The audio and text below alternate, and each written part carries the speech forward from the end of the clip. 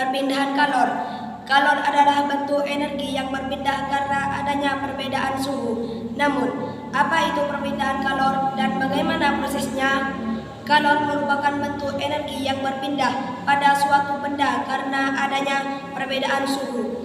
Sementara suhu adalah besaran yang menyatakan derajat panas atau dinginnya suatu benda. Pengertian perpindahan kalor.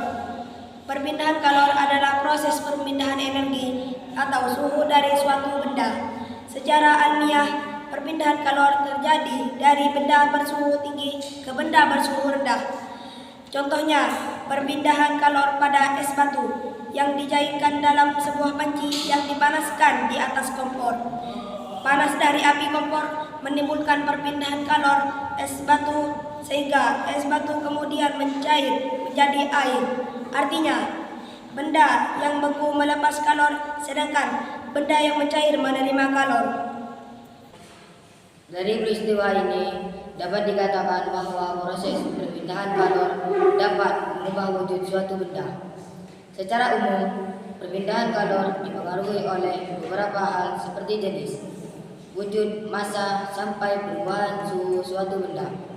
Perlu diketahui bahwa kalor tidak dapat diukur langsung, melainkan harus dihitung. Besaran kalor dinyatakan dalam satuan joule atau kalori. Proses perpindahan kalor.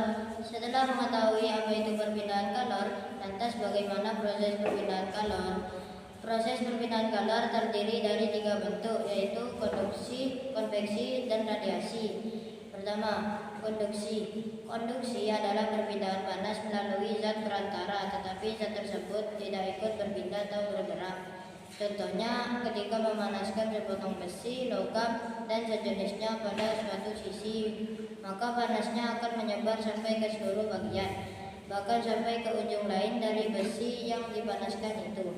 Jika tangan kita tidak menggunakan pelindung atau tidak ada bahan benda lain yang melapisi besi ke tangan, maka panas tersebut juga bisa terasa ke tangan kita. Artinya, ada perpindahan panas dengan perantara besi tersebut dari api yang digunakan untuk memanaskan salah satu ujung besi.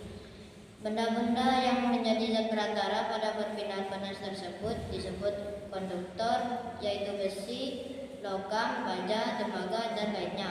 Contoh lain, ketika hendak melarutkan gula dalam secangkir teh panas menggunakan sendok. Sendok menjadi zat perantara yang dapat mengantarkan panas dari air teh ke gula sehingga gula perlahan larut dalam air tersebut. Yang kedua, konveksi. Konveksi adalah perpindahan panas yang disertai dengan perpindahan zat.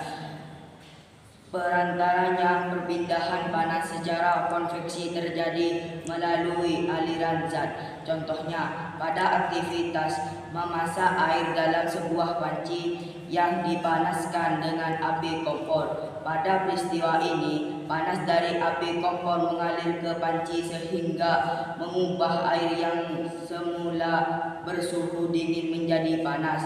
Lalu air akan mendidih dan menimbulkan uap air. Ketika uap air terbentuk, artinya yang dipanaskan ikut berbentuk dari air menjadi uap air. 3. Radiasi. Radiasi adalah perpindahan panas tanpa melalui perantara. Artinya, panas tetap bisa berpindahan tanpa ada zat lain. Contohnya, perpindahan panas dari api unggun ke orang-orang yang ada di sekitar api unggun tersebut. Tentunya, orang-orang yang ada di sekitar api unggun dapat merasakan hangat dari api tersebut meski tidak terjun langsung. Contoh lain adalah panas matahari yang kita rasakan sehari-hari. Matahari tidak disentuh secara langsung, tapi sinarnya memberikan kehangatan kepada kita.